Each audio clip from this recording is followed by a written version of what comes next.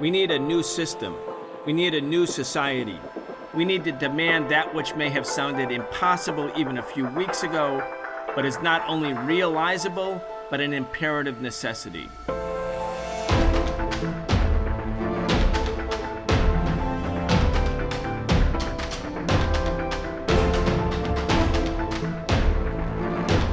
The war in Ukraine has ushered in a new era of global politics. It has also ushered in a new political witch hunt against dissenting voices. Welcome to this week's episode of The Real Story on the Socialist program. I'm your host, Brian Becker. Today we'll be talking to Ben Norton. He's an investigative journalist based in Latin America. He's the editor of the independent news website Multipolarista, which you can find at multipolarista.com. Ben Norton, welcome back. Thanks for having me, Brian. It's one of my favorite shows, so it's always a real pleasure being here. Well, thank you. Thank you for joining. Ben, you made a big hit in mainstream media in the past few weeks. I saw your picture very prominently displayed on the website of the New York Times, and it had a big red line through it. And I thought, what happened to Ben? Anyway, it's an amazing story, and it's the subject of what we want to talk about today, the new witch hunt. The Ukraine war has ushered in a new witch hunt. We've talked a lot about the new Cold War against China and Russia, but the old Cold War had a very terrible witch hunt against dissenting voices, especially those on the left. And people on the left, especially leaders of the Communist Party, and earlier the Socialist Workers' Party during World War II, but the Communist Party very notably became the target of the witch hunt after 1945, when the United States basically started a new aggressive policy against its former ally, the Soviet Union. They had been allies together against fascism, against Nazi Germany in World War II. The leaders of the Communist Party were sentenced to long prison terms in 1949 and 1950.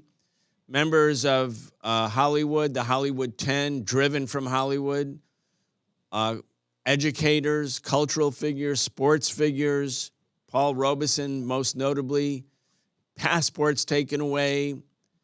Socialism was canceled. Dissent was canceled after World War II. And the New York Times had that big red line through your face. They want to cancel you, Ben, and not just you. They want to cancel dissenting voices.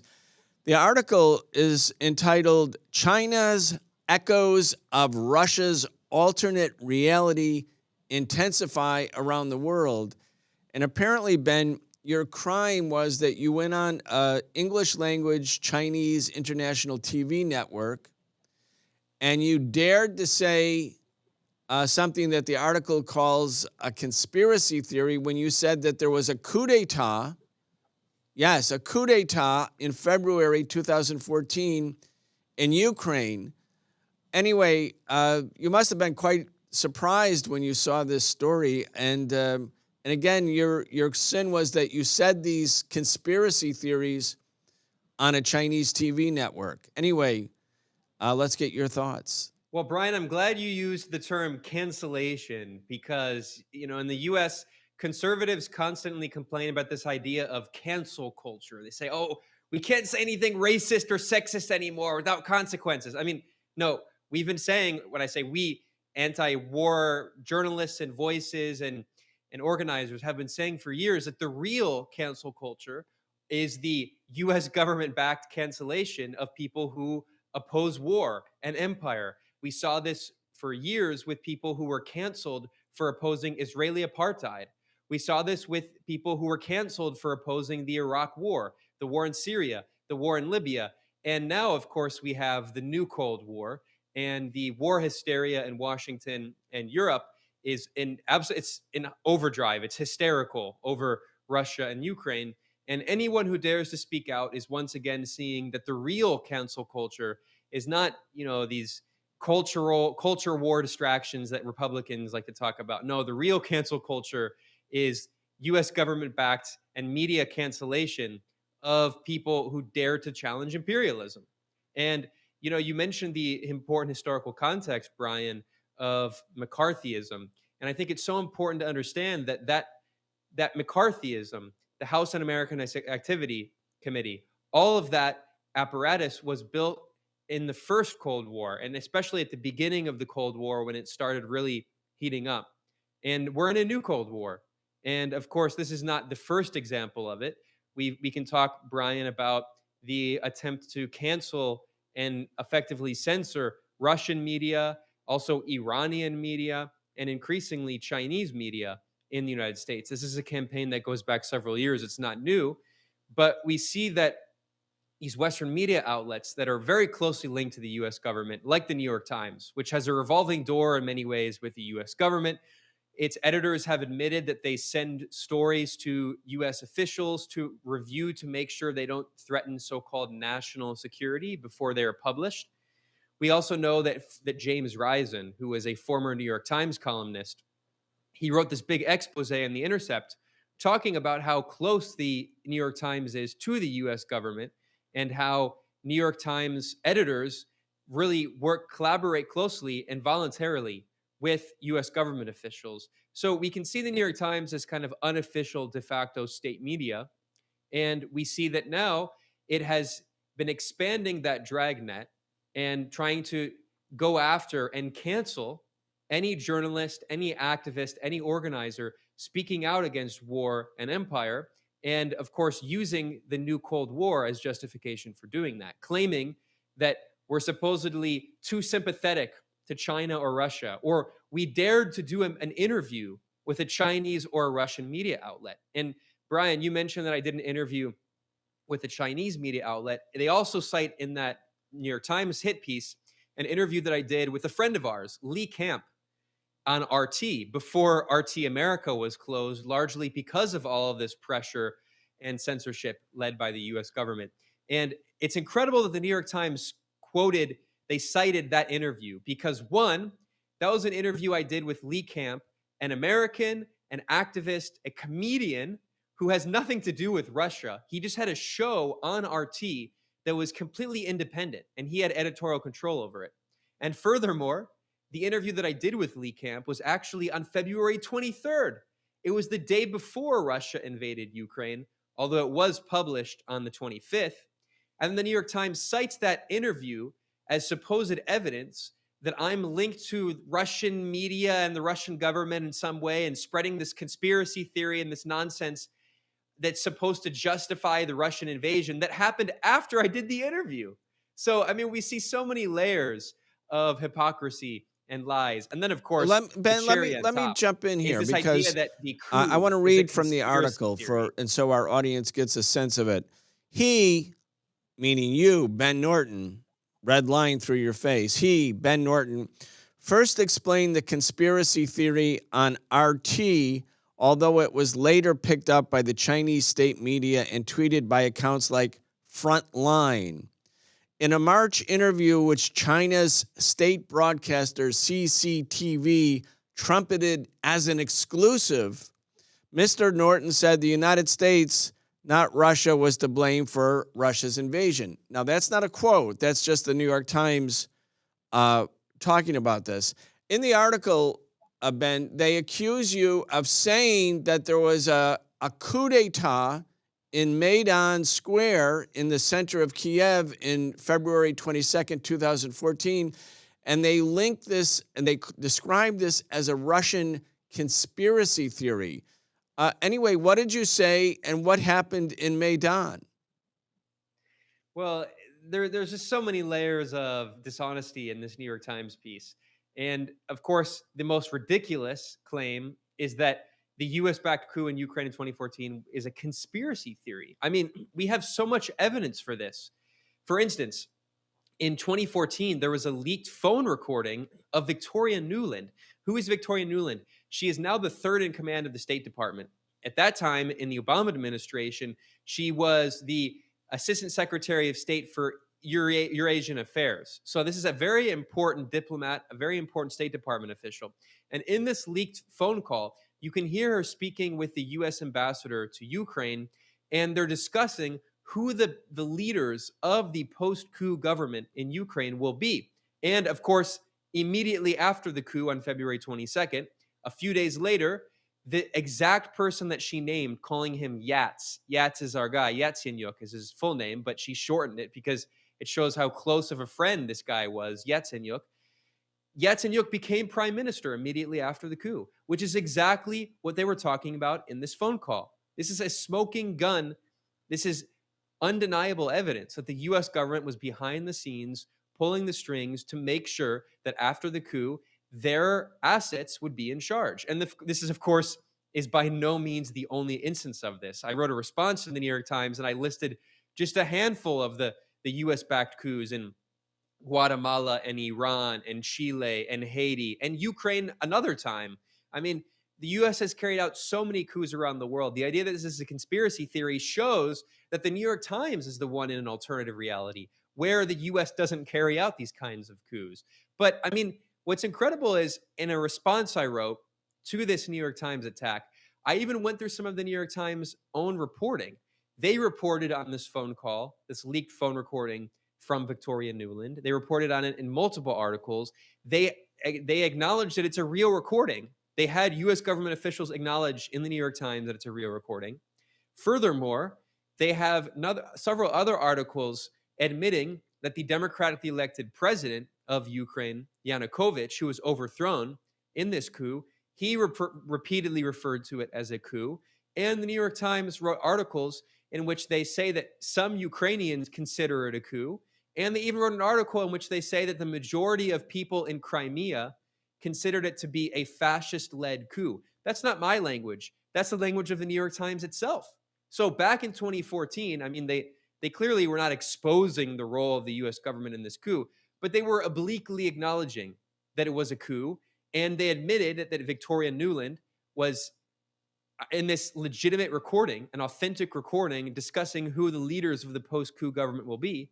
But this is allegedly a vast conspiracy theory 8 years later. And it shows that the New York Times has a history of erasing facts that it itself reported several years ago. But when the political context changes, well, suddenly you can't acknowledge any of this history, or you become an evil Russian disinformation asset. Yeah, Ben, we have the audio tape of this conversation between Victoria Nuland and the U.S. ambassador to Kiev at that time in 2014.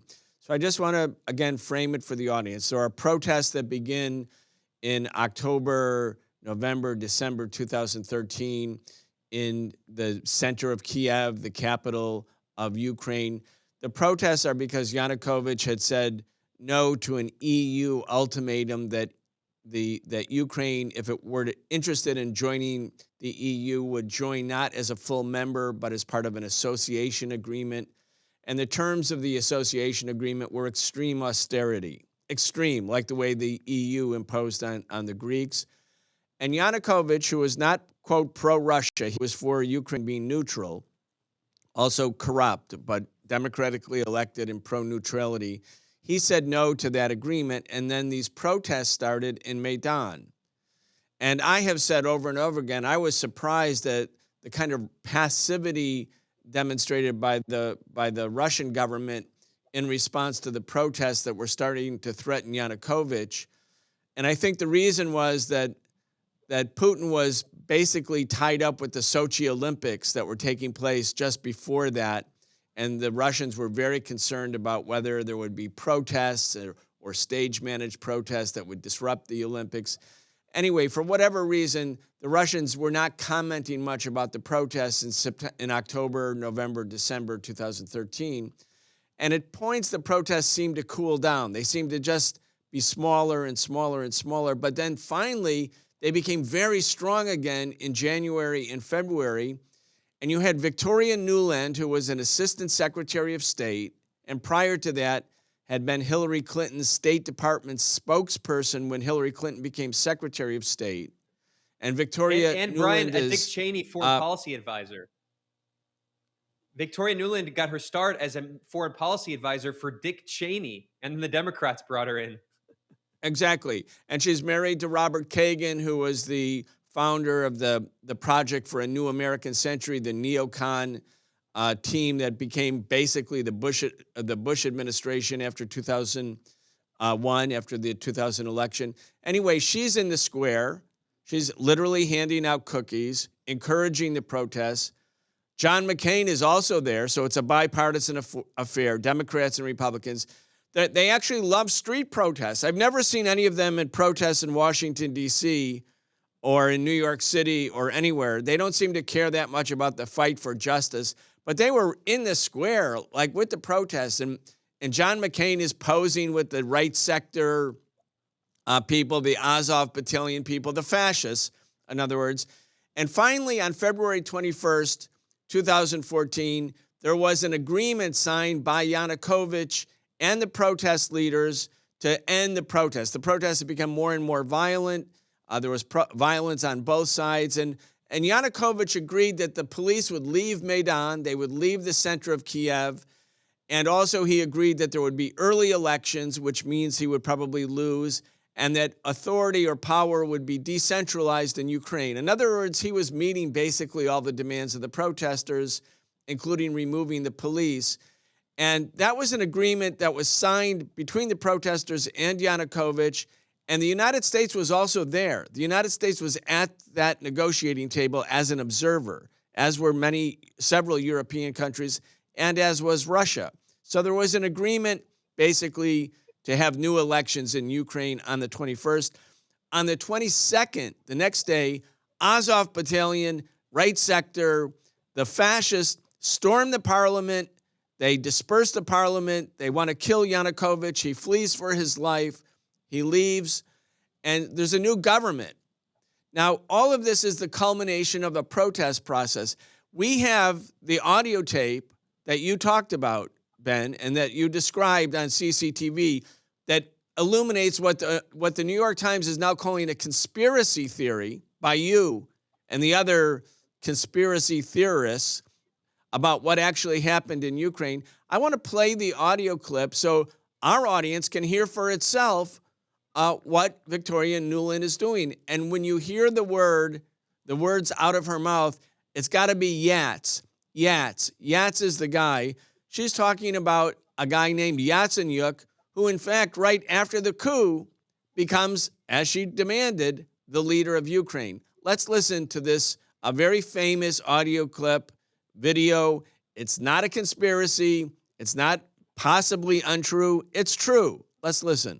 I don't think Cleach should go into the government. I don't think it's necessary. I don't think it's a good idea. I think Yats is the guy who's got the economic experience, the governing experience. He's the guy, what he needs is Cleach and Tony Book on the outside. He needs to be talking to them 4 times a week. I just think Cleach going in, he's going to be at that level working for Yatsenyuk. It's just not going to work. So that would be great, I think, to help glue this thing and have the UN help glue it. And, the EU.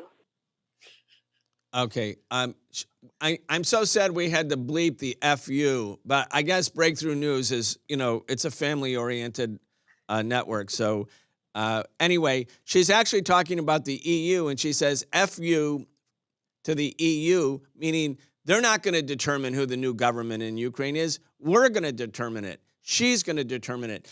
And Ben, all the headlines after that, when this famous audio phone call was released, was about how Angela Merkel was upset when she said F the EU, but not the real outrage in the media or in Europe was not about the fact that the U.S. government was going to decide who the new leader of Ukraine was after a coup d'etat that happens a week later or about a week later that deposes a democratically elected government. Yes, corrupt, but it was the byproduct of a democratic election.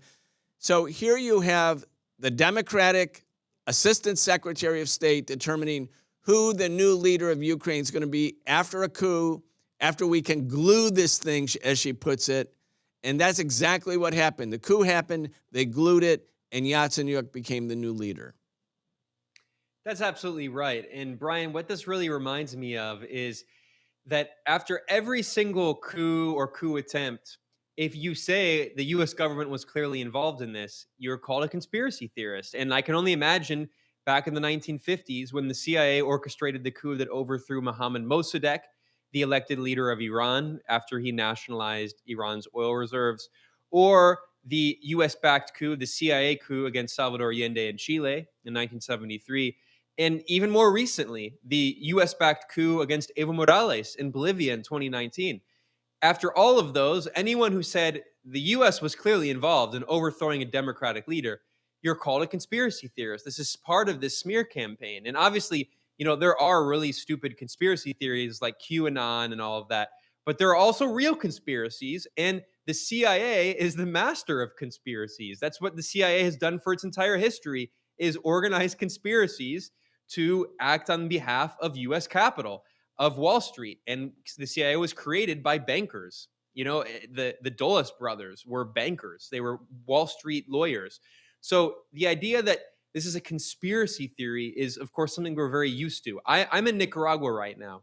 In 2018, the U.S. government backed a very violent coup attempt that began actually this week as the 4th anniversary in April of 2018. And still today, the idea that the U.S. government was involved in funding and supporting these right-wing extremists, violent forces behind the coup attempt in Nicaragua is still smeared as a so-called conspiracy theory, even though we have so much evidence. So it goes to show that these media outlets, they simply exist, mainstream outlets like the New York Times, to reaffirm what the State Department says. I mean, they're basically unofficial state media. So unfortunately, it was not a huge surprise to me to see that the New York Times is attacking me in this ridiculous way. But the dishonesty is really striking. I mean, another thing about this article in the New York Times is they use this screenshot that you mentioned where my face is crossed out by a red line. That's a screenshot of a tweet that was posted by Frontline, which is this show of a Chinese media outlet, CCTV or CGTN. And that screenshot they used is a screenshot of a video clip, a 1-minute video clip of me talking about these facts, mentioning the Victoria Nuland phone call, mentioning yachts, mentioning the violent forces behind the coup in 2014. All of that was erased by the New York Times. They didn't mention Victoria Nuland in the article. They didn't quote me. Instead, they used a screenshot of the video so people can't watch the video to listen to what I actually said in the video clip.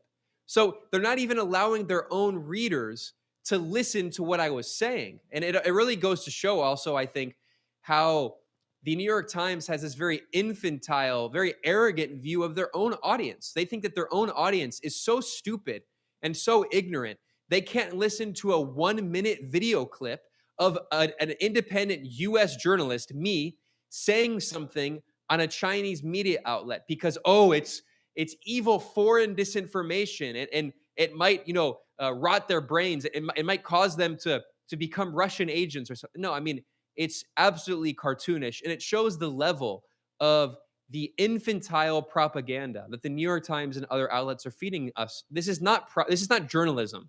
This is straight up new Cold War propaganda, and it's disinformation, which is exactly what they accuse Russian and Chinese media of spreading. Indeed, that is exactly what they accuse the Russian of. Matter of fact, this article says as much. I mean, the article in the New York Times says there's an information war that the Russians and the Chinese are waging, where they're turning diplomats and journalists into combatants in the information war. And I'm thinking like, well, what about the American journalists?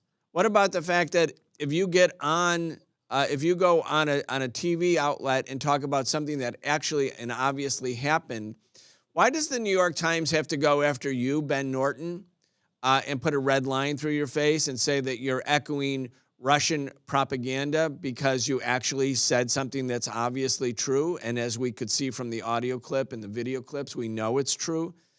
It's the same theme that you're talking about, that in every time where the CIA carries out an operation, Americans don't even know how much is spent on intelligence operations and covert operations. That's hidden from the American people, but it's in the hundreds of billions of dollars.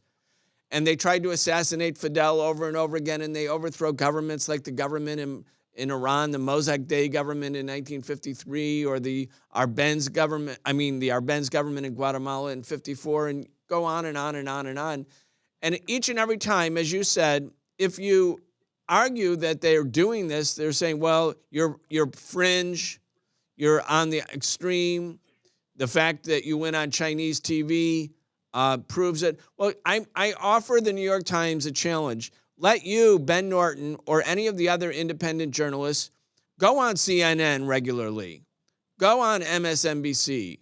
Be quoted frequently in the New York Times and the Washington Post. So, I mean, because right now you're completely, and all independent journalists, myself included, who were at one time in mainstream media regularly, I mean, often, we're pushed out. We can't go on to mainstream media. As you said, that the voices of the left, especially the anti-imperialist left or socialists or even just consistently anti-war people, they're banished from the airwaves. But if you go on Chinese TV or Iranian TV or Russian TV, if you go on any TV, then you're a dupe and a traitor.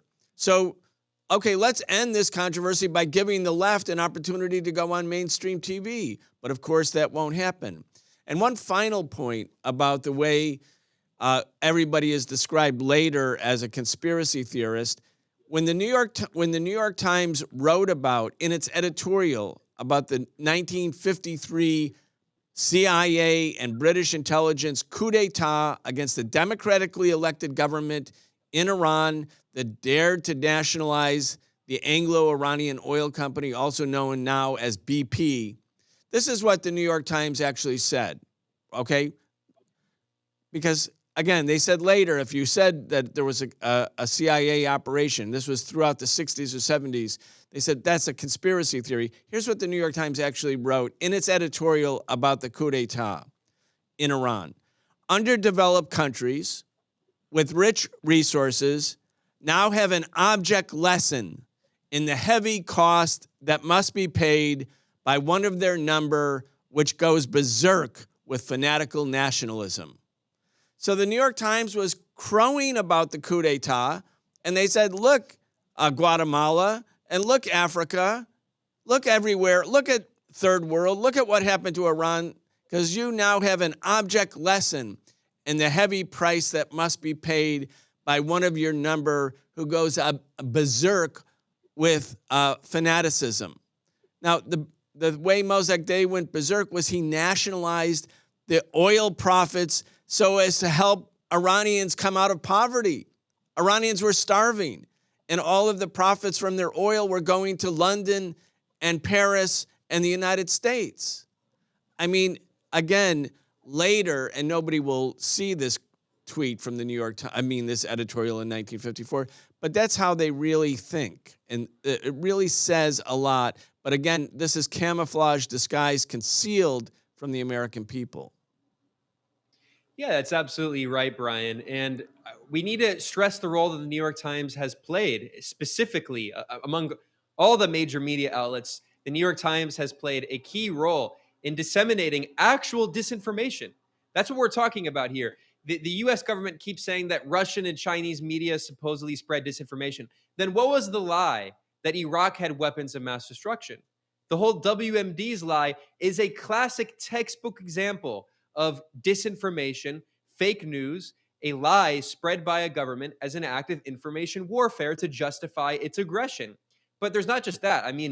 That's an easy case. The New York Times has so many examples, going back to the Spanish-American War to justify the U.S. taking over these colonies from Spain, going back to the Gulf of Tonkin incident, in which the New York Times accused Vietnamese communists of launching an aggressive war against the United States, when it was, of course, the other way around, the U.S. that initiated that war. Or more recently, the first Iraq war, in which the New York Times published multiple articles falsely claiming that Iraqi soldiers were taking Kuwaiti babies out of incubators. That was a total lie created by the daughter of the Kuwaiti ambassador, but spread loyally by the U.S. newspaper of record. And then, of course, there's also the lie that Muammar Gaddafi in Libya was giving Viagra to his soldiers, another blatant lie spread by the New York Times. And more recently, how many Russiagate stories ended up being complete lies, fabrications? Also, this whole thing called Bountygate, that Russian Russian spies were allegedly paying the Taliban to kill U.S. soldiers occupying their country, as if the Taliban, the Afghan people, were not motivated to resist the 20-year military occupation. That story was later exposed as another complete lie, voluntarily spread by the New York Times. And then finally, probably the most hilarious example, a few months ago, is the New York Times publishing these ridiculous stories of so-called Havana syndrome, claiming that U.S. spies and diplomats, and really what's the difference, but U.S. spies and diplomats were having like these headaches. They felt that they were sick.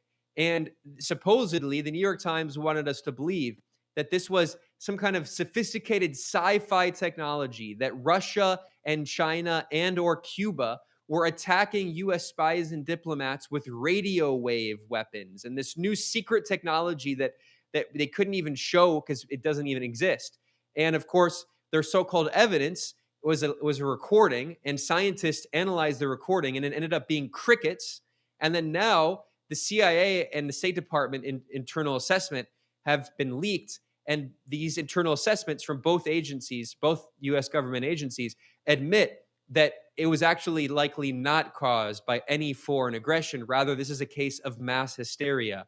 So the New York Times played a key role in spreading that disinformation, trying to blame Russia, China, and or Cuba, supposedly claiming that they were attacking U.S. diplomats, which is an act of war. So the New York Times has again and again shown that it is more than willing to spread actual conspiracy theories and actual disinformation when it serves U.S. imperialist interests and the interests of Wall Street.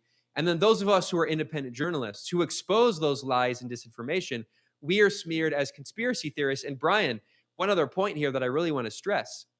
I think the reason they're doing this is quite transparent. This is part of a campaign to justify censorship of independent journalists, because unfortunately, there are not that many people in the media in English challenging these lies and this disinformation spread by the US and NATO and the European Union. So systematically, these Western media outlets are working with governments and big tech corporations to try to find ways to censor the few dissenting voices that have platforms on social media. And that's why I think the New York Times published this article. It came the same day, on April 11th, when the Washington Post editorial board, the editorial board of one of the major US newspapers, whose slogan is "Democracy Dies in Darkness," published an editorial openly calling for social media platforms to censor, to remove all Chinese media outlets, just as they've already done to Russian media outlets and to Iranian media outlets. So we see the Washington Post on the same day openly calling for censoring Chinese media, and then we see the New York Times tried to link me to supposed disinformation, which is actually not disinformation, published by Russian and Chinese media. I think it's quite clear that this is a campaign trying to absurdly, spuriously link me to the Chinese and Russian governments with a total distortion to try to claim that I'm supposedly spreading Russian and Chinese disinformation to justify censoring me, so they can justify censoring a US citizen and an independent journalist who has no links to any state media. What this really shows is this McCarthyism we're talking about bleeding to targeting US citizens themselves, because we've already seen the massive deplatforming of Russians and Chinese people and Iranians and Nicaraguans and Venezuelans, and they're going after US citizens now. And anyone who dares to challenge their monopoly, the chokehold that the US government and its media mouthpieces have on our access to information. Right. If the point where you become censored or are threatened with censorship, and I think it's extremely important for people to understand how witch hunting works, because when people have to start to watch their words, because the censorious outlines are broad and vaguely worded. They were like, if you minimize the suffering of Ukrainians, if you in any way blame, quote, Ukrainians for the war, then you're likely to be either shut down or banned, or, the algorithm slowed. There will be different means by which you'll be expelled. Then you start to watch your words, because what does it mean to, say, minimize Ukrainians, or if you do victim blaming, like the Ukrainians are the victims, and so if you tell the story that there are some Ukrainians who participated in a coup d'etat in 2014 and installed a far-right government that canceled Ukrainian neutrality and started the process by which the Ukraine would either be integrated into NATO formally, or if not formally, to de facto, in reality, become a staging ground for advanced U.S. weapons. If you say any of those things contributed to the current crises, then you're, quote, blaming or seem to be blaming Ukrainians, when what you're really doing is saying, how did this war happen? The war started when Russia invaded on February 24th. But why did Russia not invade earlier? I mean, Putin has been the leader of Russia for 20 years. Obviously, this decision taken by the Russian government, which we have not supported, we haven't said, yes, this was a good decision. This was taken at a point, or as a culmination of a longer process. Well, what was that process? The process obviously was that Ukraine was ending, or has ended, the period after 1991, after the dissolution of the Soviet Union, after the dismemberment of the Soviet Union, where Ukraine, which had been part of the Soviet Union with Russia and the second biggest republic in the Soviet Union, became independent. And between 1991 and 2014, even though there were different governments, lots of elections, some were more pro-Russia, some were more pro-EU, it was essentially a neutral country. And when the United States, at the NATO meeting in Bucharest in 2018, announced that the U.S. intended to incorporate Georgia and Ukraine into NATO, the Russians made a big deal about, that's a bad idea, they're not going to accept it. The Germans and the French opposed it because they knew it would be not just kindling for a fire, it would be pouring gasoline on a fire, that it would likely lead to a military clash. So if you tell the story that everything changes really with Ukraine in 2014, and there was a coup, and fascist forces, which were not the majority of people in the Maidan protests, but were certainly a factor, were the muscle that really led to the coup. They were the physical force, and they even brag about it. They say, yes, we were 8% or 10% of the population protesting, but we were the decisive 10% because we had the will and the desire and the organization and the capacity to use violence and the willingness to use violence. And so we were the decisive minority. If you tell this actual story, then you can be accused of minimizing the suffering of Ukrainians or blaming the victim, because if you talk about the role of some political forces in Ukraine to end the status of Ukraine as a neutral country, you're blaming the victim. So in other words, you can only be free of censorship is if you either don't tell the truth or you don't speak. Your options become don't tell the truth or silence. Which do you prefer? Because if you speak and tell the truth, you're crossing the red line for the censor. Absolutely, Brian. I 100% agree with everything you said, except one little small detail, which is part of this. You said that Russia started the war on February 24th, and definitely Russia deserves, credit for escalating the war. Russia absolutely poured fuel on the fire by escalating this war. But this war has gone on for 8 years, and you can't even acknowledge that historical context, because then again, as you said, you'll be accused of blaming the victim, and you can be censored. I mean, what's incredible is the United Nations itself published a report earlier this year, before Russia invaded, before the escalation of the war in Ukraine. And the United Nations said that 14,000 Ukrainians died in the past 8 years. So after the US-backed coup in 2014 caused a civil war, which led to people in the eastern part of the Donbass of Ukraine and also Crimea rising up against the coup regime, that set off a civil war. And this is exactly the kind of civil war that U.S. ambassador to Russia and now current CIA director William Burns warned about in a 2008 embassy cable, in which he said, look, if Ukraine joins NATO, this could force Russia to intervene and could set off a civil war. That's exactly what happened. And the United Nations itself published a report earlier this year saying that 14,000 Ukrainians died in those 8 years of civil war. And they also said that in the last 4 years before Russia invaded, that 81% of civilian casualties were in the Donbass. That is to say, the Ukrainian government and the paramilitary forces it sponsors, with the backing of the West, was responsible for over 4/5 of civilian casualties in the past 4 years of the civil war in Ukraine. This isn't to mention the millions of Ukrainians who were displaced before Russia invaded. Of course, Russia has made the situation even worse, and there's massive displacement and refugees and more deaths. But the point I wanted to make is that if you acknowledge that history by citing the United Nations itself, you can be accused of supposedly blaming the victim, and that could be justification for censorship on social media. And this is not, some crazy idea that we have. Scott Ritter, who is an important former UN arms inspector and a former U.S. military officer who did U.S. military intelligence.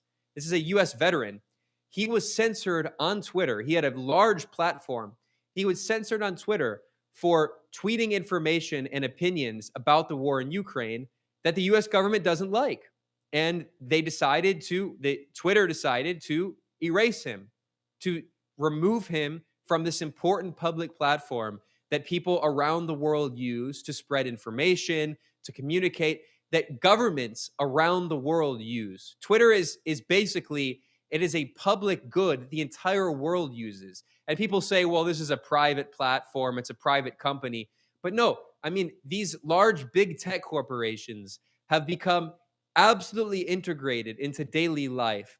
People use them to do business. People use them to communicate with their family members. I'm a journalist. Social media outlets are a key part of my work as a journalist.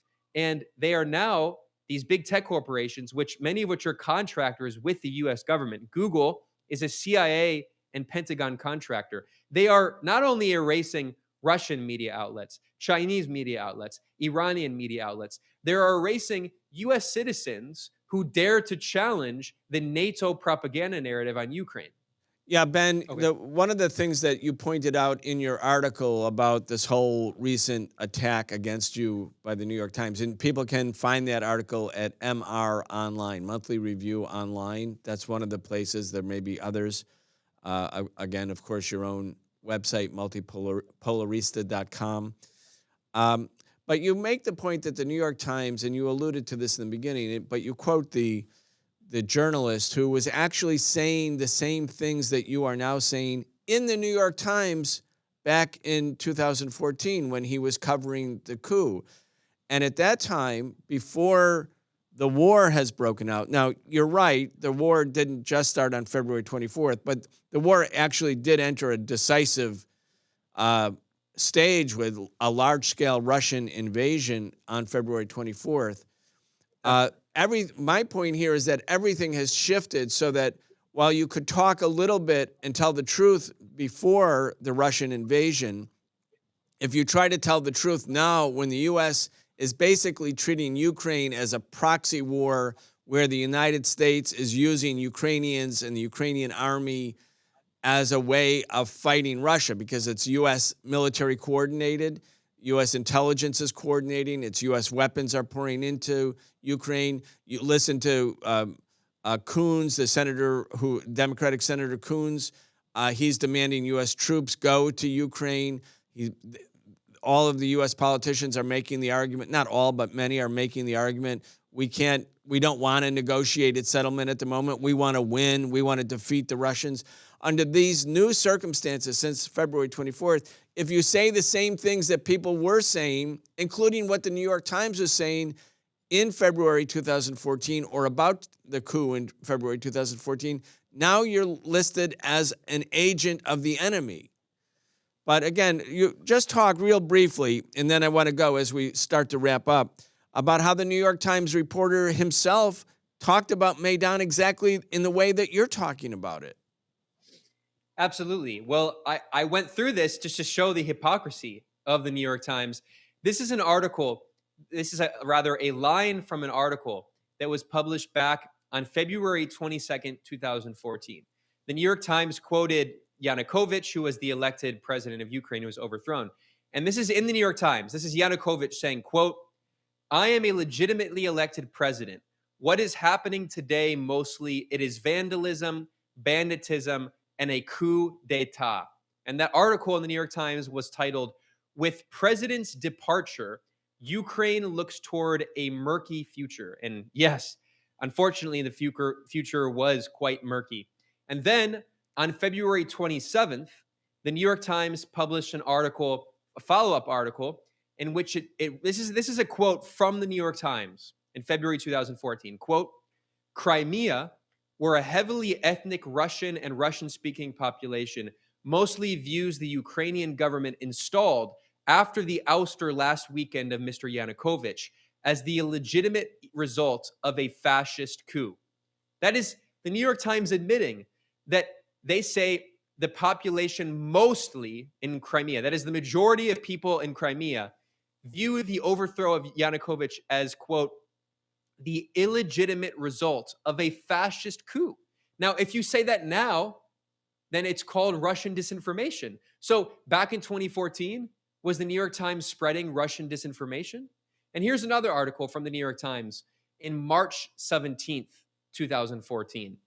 And they admit in the New York Times that, quote, "many Ukrainians who saw demonstrators in the Capitol chase President Viktor Yanukovych from office last month in what some in the country regard as a justified uprising and others call a coup, wondered what part of Ukraine might remain day by day under the interim government's control." So they admit that Ukraine was divided, and yes, some people considered it an uprising, but others called it a coup. Then this is the New York Times admitting that, not RT. And then they also admit that now there are parts of Ukraine that were falling out of the control of the central government after the coup. So if you acknowledge these facts that the New York Times published back in February and March 2014, today in 2022, you can be called a conspiracy theorist and you can be called an agent of Russian disinformation. What changed? Of course, what changed is the CIA director, William Burns, said it clearly in March in a Senate intelligence hearing. He said the U.S. is waging an information war against Russia. And he boasted that the U.S. is winning that war against Russia, the information war against Russia. So we see very clearly an example of this U.S. government information war. Okay, I want to go to our final point, and it's connected, very connected to this issue of free speech and dissent, which is being, the witch hunt is starting. I really hope people don't succumb to the witch hunt. We can acknowledge it, but we shouldn't be intimidated. We should keep telling the truth. That's our job. We should keep organizing for the truth. We should keep organizing to end the war. The way to end the war is to go back to the negotiating table and say yes instead of no to Russia's legitimate security concerns, which would be America's security concerns too if Russia did what the U.S. is trying to do to Russia, which is to put nuclear missiles on Russia's border in states, countries that will be permanently under U.S. control, because that's what it means to be a NATO country. If you want peace for Ukraine, if you want the suffering to end, go to the negotiating table and, have an agreement that Ukraine will be neutral. That could be the end of the war. That would actually end it right away. But instead, the voices are escalating that the U.S. must win the war. So it's just like the early part of the Cold War when the Communist Party and everybody who spoke out for peace with the Soviet Union, the so-called doves, they were all labeled as, a fifth column working to undermine American vigilance against the Soviet Union and the socialist camp. So you had HUAC and you had the shutdown of the Communist Party. In 1945, the Communist Party had about 100,000 members. And by 1955, it was about 5,000. because of the brutality of the witch hunt. And we learned from other movies in the 1970s, the witch hunt was a terrible period of American history. We should never go back to it. That's when freedom of speech was suppressed. People were criminalized, demonized, fired, forced into exile, not because of what they had done, but because of what they believed.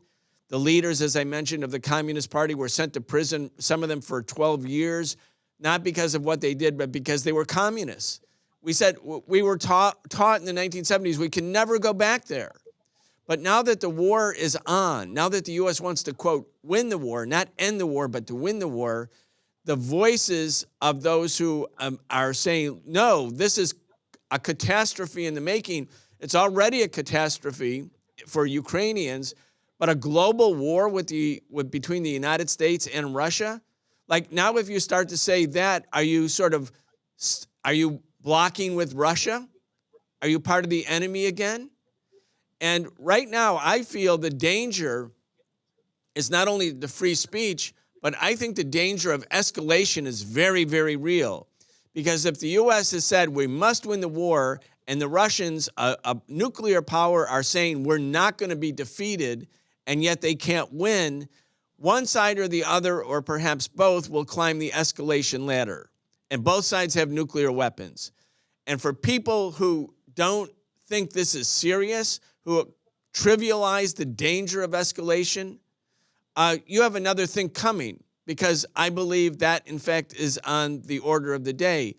All the more reason, Ben, that people who are telling the truth because they want peace, they're not just telling the truth because we're like interested observers on the sidelines, because we're pundits. We're people who want to change the world. We want peace. We want to end militarism and war. We want to spend $800 billion that's spent for death and destruction right now. That's the U.S. military budget, the so-called defense budget. Spend that for Medicaid expansion. Spend it for child tax credits, all the things the U.S. government now says can't be afforded. Affordable housing, like to end poverty. Childhood poverty spiked by 41% in the month of January because the U.S. ended the emergency programs, COVID relief programs for poor people. Like, we have to face the fact that as the U.S. is escalating the war, and the only voices you're hearing in the mainstream media are calling for more war, escalate, send troops, no-fly zone, that the truth-telling becomes a matter of existential importance for the American people. So it's not simply about what happens to Ben Norton or what happens to the Socialist program or Breakthrough News. It's really, the stakes are about war and peace on a global level. Anyway, Ben, I'll give you the last word. That's absolutely right, Brian. I mean, we saw this illustrated so clearly when the Biden administration canceled the money that it was going to spend for COVID relief. Meanwhile, COVID is still happening. I mean, Americans are still dying. We're nearing 1 million deaths, and everyone's focused, not everyone, the corporate media is focused instead on escalating this war in Ukraine while Americans continue to die. And the Biden administration canceled that COVID relief funding and then basically used the same money to send military assistance to Ukraine. $13.6 billion in U.S.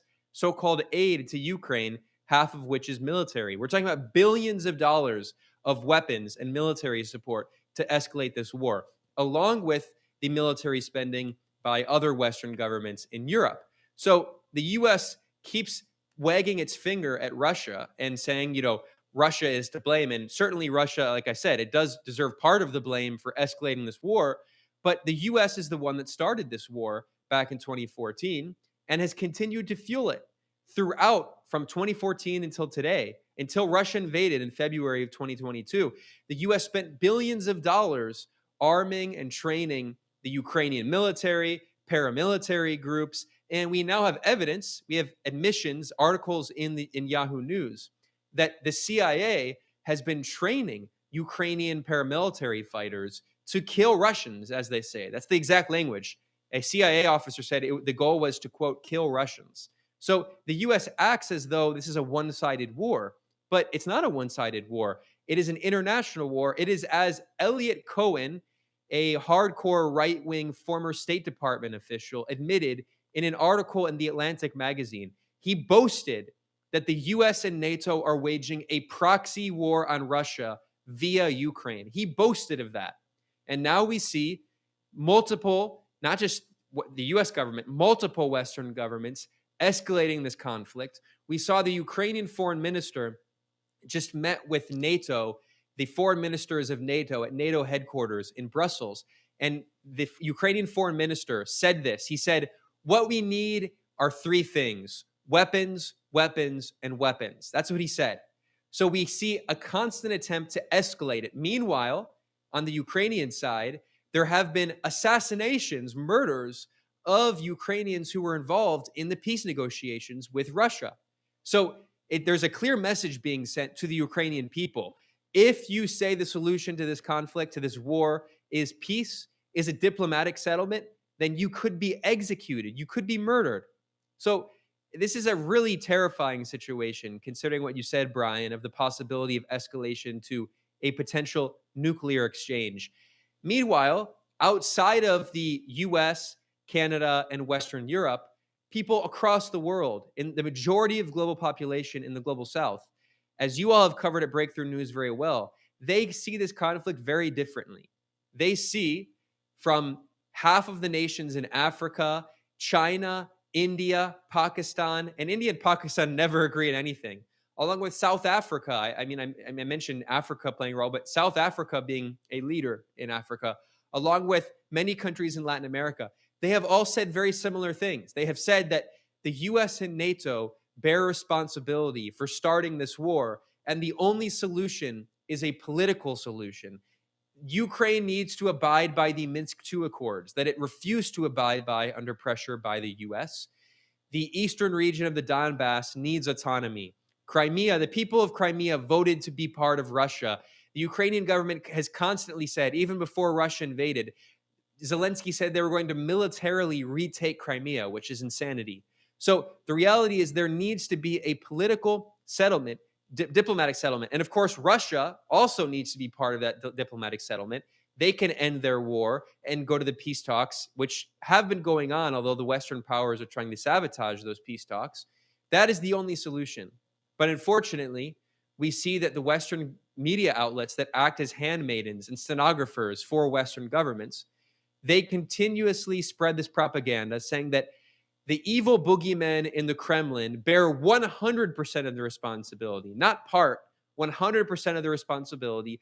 The Western powers are these angelic, democracy-loving, benevolent actors, and they have no responsibility. And the solution is a military defeat, as Joseph Borrell, basically the foreign minister of the EU, the top foreign policy official for the EU, he said the solution to this conflict must be a military solution. That means that NATO and the EU are calling for defeating the Russian military. That is insanity. All right, we're going to leave it right there. Ben Norton, thank you very much. My pleasure. Thanks for having me, Brian.